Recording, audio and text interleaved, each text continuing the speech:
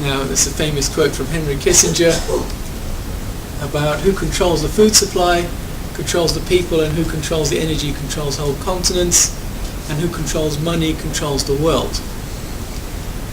And the reason we have such a world, the reason that for the last several hundred years money has been the king and not food or energy, is because we've had so much of the stuff. Now, in the early days of oil, we had the Texas Railroad Commission, and their primary job, what was their job?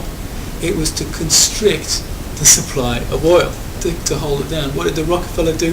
He constricted the supply of oil. There was so much oil that the entire industry would collapse every so often. We were awash in the stuff. And then with the giant fields of the Middle East that we discussed earlier, OPEC had to be formed to constrain production. If you didn't constrain production, so much was produced. I mean, if you think about it, in 1999, the price of oil collapsed to $10 a barrel. $10 a barrel. And it's now $120 a barrel. And we're worried about $200-300 a barrel. It wasn't, 1999 was not that long ago in history. So we are moving to structurally a different kind of world, because the price is set at the margins. It's not set, it's no longer set by OPEC. It's now set by those other 40 million barrels a day that's produced from the higher priced marginal sources. And if we want more oil production, if China wants to grow, if India wants to grow, if other developing world countries want to grow, if we simply want to offset the depletion from the North Sea, from the Alaskan North Slopes, from the Gulf of Mexico, from the declining Cantrell field, if we want to simply offset depletion, then we're going to have to go to increasingly marginal fields, and that sets the price. And in that, there are also potentials for, as we get tightness in supply, these tightness issues, we use money as a substitute for physical assets, whether it's phosphates, nitrogen fertilizer, oil, or food. When the systems become constrained and stressed, we have disruptions to the market, we have non-linear events. I haven't put that in this chart because I wanted to be quick, but I've gone on a little bit. You tend to get J-curves in prices, and we saw this massive spike in the price of oil and then the violent crash downwards. The problem is that finance doesn't exist in isolation. When you have these financial issues, they impact the other physicalities of our world. The oil productions, the food productions, the civil unrest, the geopolitical effects, the defense implications. All these systems are tightly interconnected.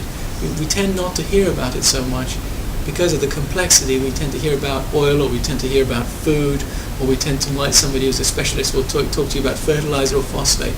But the interesting issues all happen at the interconnection. As the old saying goes, the devil is in the details, and it's there that you will find interesting effects before they happen. Whether or not we will necessarily tell the public is another thing, but that's where they lurk. Now, what is it that I'm trying to achieve, or we're trying to achieve in our organisation? We've noticed that, and as I'm sure many of you are aware, a chain is as weak as its weakest link. Not the strongest link, but the weakest link. And there are potentially emerging issues with these interconnections. We talked a small amount about Morocco and disruptions there, how they could propagate out into the system. It turns out that although our systems are potentially vulnerable, and one of the things we've given up over the last few decades is resilience. In moving to just-in-time systems for whether it's food production, fertilizer production, or oil production, by increasingly moving to a just-in-time system, we've reduced the resilience of the system, and we've increased our potential vulnerabilities. The good news is, what we need to keep society going, to prevent major disruptions on a level that we would really rather not have, because it's one thing to have a bank full level, it's another thing to go to your supermarket and there's no food there. It turns out the key issues that we need to secure require very little resources, time and money. So by hitting those critical nodes, by strengthening them in subtle ways, it's possible to secure our future. And that is relatively easy to do, and that's the optimistic note I'd like to leave you on. Thank you.